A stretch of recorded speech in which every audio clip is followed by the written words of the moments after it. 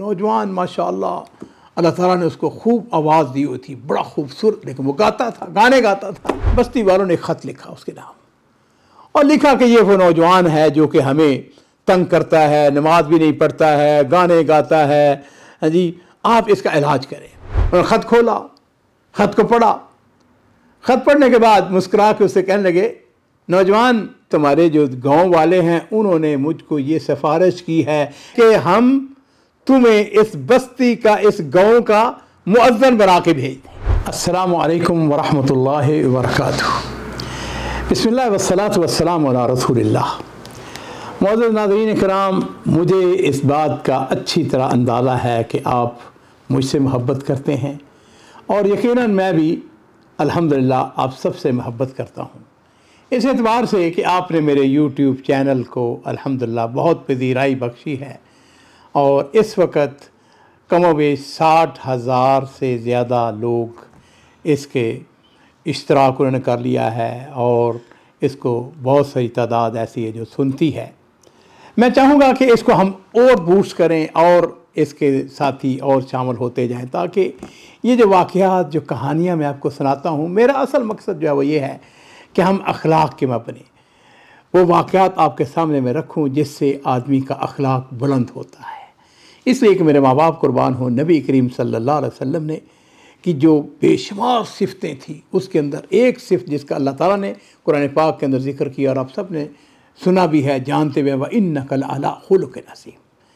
तो देखिए, ये आला अखलाक मुसलमानों की मीरास है। आज का जो वाक़या है ये भी बड़ा खूबसूरत वाक़या है और अज़ीज़ों वो इस तरह है कि रियाज़ सऊदी अरब का कैपिटल है और यहाँ से अगर हम मदीना शरीफ की तरफ सफ़र करें तो कमोबेश 180 किलोमीटर के फासले पर एक मंतका आता है जिसको सदेर कहा जाता है। इस इलाके का जो कैपिटल या उस इलाके का जो बड़ा शहर है वो अल-मजमा है। और ये वाक़या जो मैं आपको बयान करने लगा हूँ ये तकरीबन कोई 70-80 साल इसको गुजर चुके हैं। वक्त गुजरने पता ही नहीं चलता। अभी कल की बात है, मैं सऊदी अरब आया था और आज मुझे यहाँ पे आए हुए तकरीबन 45 साल हो गए हैं। हाँ जी, तो खैर हुआ यूँ अजीज़ों कि इस इलाके में छोटी छोटी बस्तियाँ हैं जो उस ज़माने में तो बहुत ज़्यादा थी, आज भी बहुत ज़्यादा हैं। अल्हम्दुलिल्लाह आबादी बढ़ रही है। एक छोटी सी बस्ती के अंदर, छोटी सी बस्ती थी ना, उसके साथ मस्जिद के साथ एक मज़रा था। हाँ जी, आप उसको गार्डन अपने अल्फाज में कह दें, उस ज़माने में कच्चे घर होते थे। वो जो गार्डन था उसके अंदर वो घर का जो नौजवान था उसके अंदर, वो नौजवान माशाअल्लाह अल्लाह ताला ने उसको खूब आवाज़ दी हुई थी, बड़ा खूबसूरत, लेकिन वो गाता था, गाने गाता था। है जी, तो और गाने भी किस वक्त गाता था? जिस वक्त अज़ान हो रही होती थी, जमात हो रही होती थी। तो चूँकि उसका घर जो है वो मस्जिद के बिल्कुल करीब था, तो जो नमाजी थे वो बड़ा तंग होते, नमाज भी वो नहीं पढ़ता था। नहीं जी, उन्होंने कुछ दिन तो सब्र किया और उसके बाद वो जो बस्ती का अमीर था उससे उन्होंने शिकायत की। उन्होंने कहा कि फ़लाँ नौजवान जो है वो मस्जिद में भी नहीं आता है और उसके साथ जो है वो गाने गाता है और ऊंची ऊंची आवाज़ के साथ। अमीर करिया जो था उसने उसको बुला लिया। उसने कहा, हाँ भाई बात सुनो, तुम गाने क्यों गाते हो? उसने उसको ज़ाहिर बात है सज़ा दी, कोई जूते मारे होंगे, कोई थोड़ा बहुत उसको चंद घंटे उसको कैद में रखा होगा। बहरहाल ज़ाहिर बात है कोई इतना बड़ा, बहुत बड़ा जुर्म तो नहीं था इस एतबार से। उसने उसको छोड़ दिया। लेकिन वो नौजवान जो है अपनी उसी ढब के ऊपर कि उसी तरीके से वो गाने भी गा रहा है और उसी वक्त नमाजियों को तंग भी कर रहा है। तो जो बस्ती वाले थे उन्होंने सोचा इस नौजवान का इलाज जो है वो हमारे पास नहीं है, बल्कि हम मजमा के अंदर बड़ा शेख है, शेख अनकरी कबीला जो है अज़ीज़ों, ये सऊदी अरब का बहुत बड़ा माना हुआ और बड़ा ज़बरदस्त अरका कबीला है। मैं बात करता अरका कबीला का लफ्ज़ इस्तेमाल करता हूँ। अरका से मुराद यह है कि बहुत ऊंचे दर्जे के जो लोग हैं, ऊंचा कबीला है। खैर, उन्होंने क्या किया, बस्ती वालों ने ख़त लिखा उसके नाम और लिखा कि ये वो नौजवान है जो कि हमें तंग करता है, नमाज भी नहीं पढ़ता है, गाने गाता है। हाँ जी, आप इसका इलाज करें और सख्त इसको सज़ा दें और वो सज़ा यह है कि इसको जेल में डाला जाए वगैरह वगैरह। अच्छा, अब ये जो नौजवान था अजीज़ों, ये पढ़ा लिखा नहीं था जैसे देहातों के अंदर होते हैं, और ख़ास तौर पर 70-80 साल पहले वो तो ज़्यादा और ही जहालत थी। उन्होंने ख़त लिखा और उसी नौजवान को बुलाया। उनका बात सुनो, ऐसा करो कि तुम ये ख़त जो है ये शेख अनकरी को जाके मजमा में पेश कर दो और हमें 1 रियाल तुम्हें इसका मुआवजा देंगे। उस ज़माने में 1 रियाल बहुत बड़ी बात थी। उसने कहा बिस्मिल्लाह, ये तो मेरे लिए शर्फ की बात है कि मैं शेख अनकरी उनसे जाके मिलूंगा। और शेख अनकरी का नाम जो था वो बड़ा मशहूर था, सब लोग जानते थे, पहचानते थे। लो जी, वो खुशी खुशी शेख के पास पहुंच गया। तकरीबन शाम का वक्त था। जैसे को वो पहुंचा तो शेख को जाकर सलाम किया। उसने कहा, शेख मैं फलां बस्ती से आया हूं और ये बस्ती वालों ने आपके नाम ख़त दिया है। उसने कहा बैठ जाओ। उन्होंने ख़त खोला, ख़त को पढ़ा। ख़त पढ़ने के बाद मुस्कुरा के उससे कहने लगे, नौजवान तूने ये ख़त पढ़ा है? उसने कहा, जनाब मैंने क्या ख़त पढ़ना है, मुझे तो पढ़ना लिखना नहीं आता।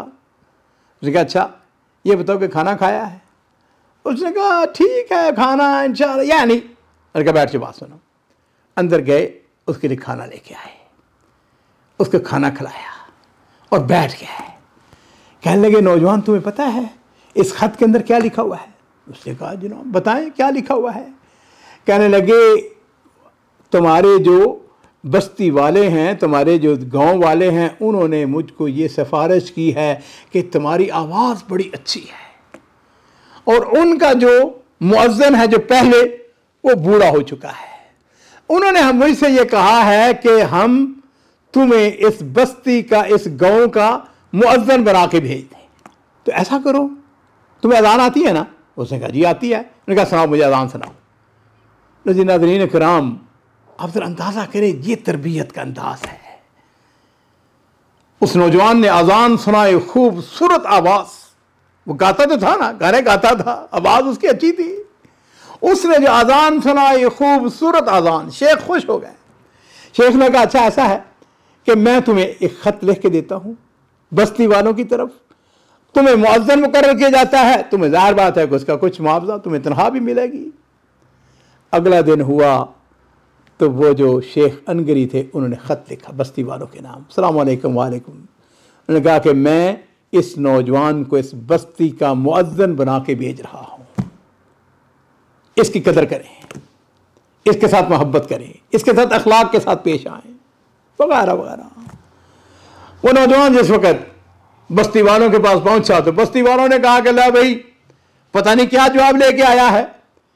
और जिस वक़्त उन्होंने ख़त को खोला तो उसके अंदर लिखा हुआ था कि ये नौजवान जो है, इसको मैं इस बस्ती का मुअज्जिन मुकर्रर करता हूँ। और नाज़रीन इकराम, उस ज़माने में मीनार होते थे, ऊंचे मीनार होते थे, जिसके ऊपर चढ़ के मुअज्जिन अज़ान दिया करता था। असल बात यह थी कि ये जो बस्ती थी, इस बस्ती का जो मुअज्जिन था वो बूढ़ा हो चुका था, अब वो मीनार के ऊपर नहीं चढ़ सकता था और ये बिल्कुल नौजवान था। उन्होंने कहा, हाँ भाई अज़ान का वक्त हो गया, चल बिस्मिल्लाह कर। वो नौजवान जो है मीनार के ऊपर चढ़ा, उसने अपने खूबसूरत आवाज़ में उसने अज़ान दी। और नाज़रीन किराम, आपको ये सुन के ताज्जुब होगा, वही नौजवान जो कभी गाने गाया करता था, अब वो मुअज्जिन बन गया, उसकी काया पलट गई, उसकी तरबियत हासिल होने लग गई और फिर उसने कुरान पाक हिफ़्ज़ करना शुरू कर दिया।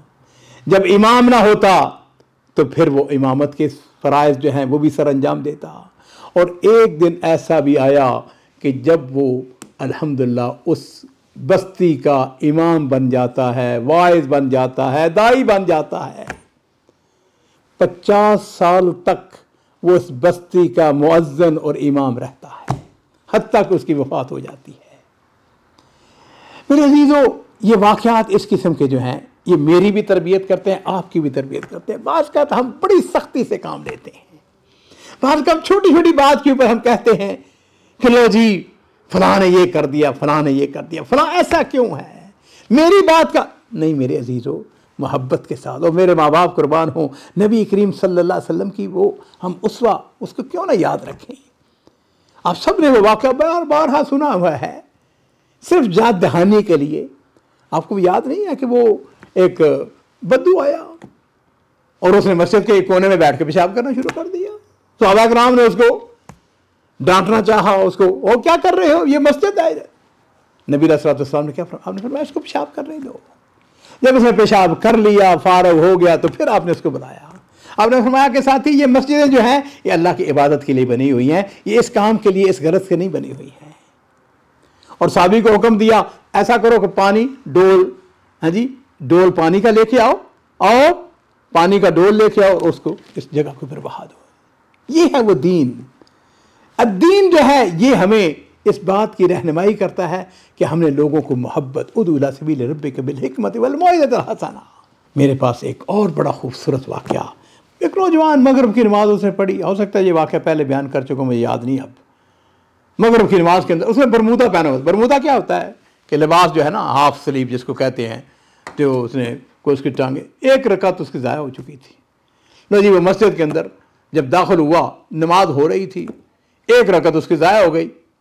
जिस वक़्त वो नमाज उसकी चूँकि एक रकात ज़ाया थी, तो वो तो खड़ा होकर नमाज पढ़ने लगा, तो एक बूढ़ा जो एक आदमी, कुछ लोग जो हैं वो शुरू हो गए। उन्होंने कहा, देखो ये इसको शर्म नहीं आती, ये नौजवान है, ये मस्जिद है कि क्या? ये बाद लोग सुभान अल्लाह बड़े अजीब व गरीब किस्म की बातें करते हैं। अब इसको यानी वो ये नौजवान जो है नमाज तो पढ़ रहा था, लेकिन सोच रहा था कि मेरे बारे में तबसरा क्या हो रहा है। वो कहता है कि मेरी हालत ये है कि मुझे पसीना आया हुआ और मैंने जल्दी जल्दी नमाज ख़त्म की, और इतनी देर में जो इमाम साहब थे उन्होंने जल्दी से वो माइक्रोफोन जो है वो पकड़ लिया। कहता है नौजवान, कहता है मैंने कहा तेरी अब खैर नहीं, अब मौलवी साहब ने माइक्रोफोन पकड़ लिया है। कहता है मैं वहां से भागा अपनी रकत मुकम्मल करके, लेकिन कहता है जब मस्जिद से निकल रहा था मेरे दिल में ख्याल आया, जरा रोक के सुनो तो सही मौलवी साहब मेरे बारे में क्या रिमार्क्स देते हैं। कहता है कि मैं मस्जिद की जो दीवार थी उसके साथ लग के खड़ा हो गया और मैं सुनने लगा कि मौलवी साहब क्या कहते हैं। कहता है मौलवी साहब ने माइक्रोफोन पकड़ा और उन्होंने कहा कि आज अल्लाह ने मेरी सारी दुआएं सुन ली हैं। मेरी तमन्ना थी, मेरी ख्वाहिश थी कि मेरी बस्ती के नौजवान ये मस्जिद में आए। आज मैंने देखा है कि मेरी बस्ती का एक नौजवान जो है मस्जिद के अंदर आया है। फिर क्या हुआ अगर उसने बरमूदा पहना हुआ है? आज उसने बरमूदा पहना हुआ है, कल इंशाअल्लाह पूरे लिबास के साथ आएगा। आज मेरी अल्लाह ने सारी दुआएं कबूल कर ली हैं। नाज़रीन इकराम, वो कहता है चंद दिन गुजरे, एक नौजवान इमाम साहब के पास आता है, पूरा लिबास पहना हुआ, सलाम किया, कहने लगा इमाम साहब आपने मुझको पहचाना है? कि मैंने तो नहीं पहचाना। कहने लगा मैं वही बरमूदा वाला हूं, आपने जो मेरे बारे में तबसरा किया उसने मेरी जिंदगी को बदल करके रखा।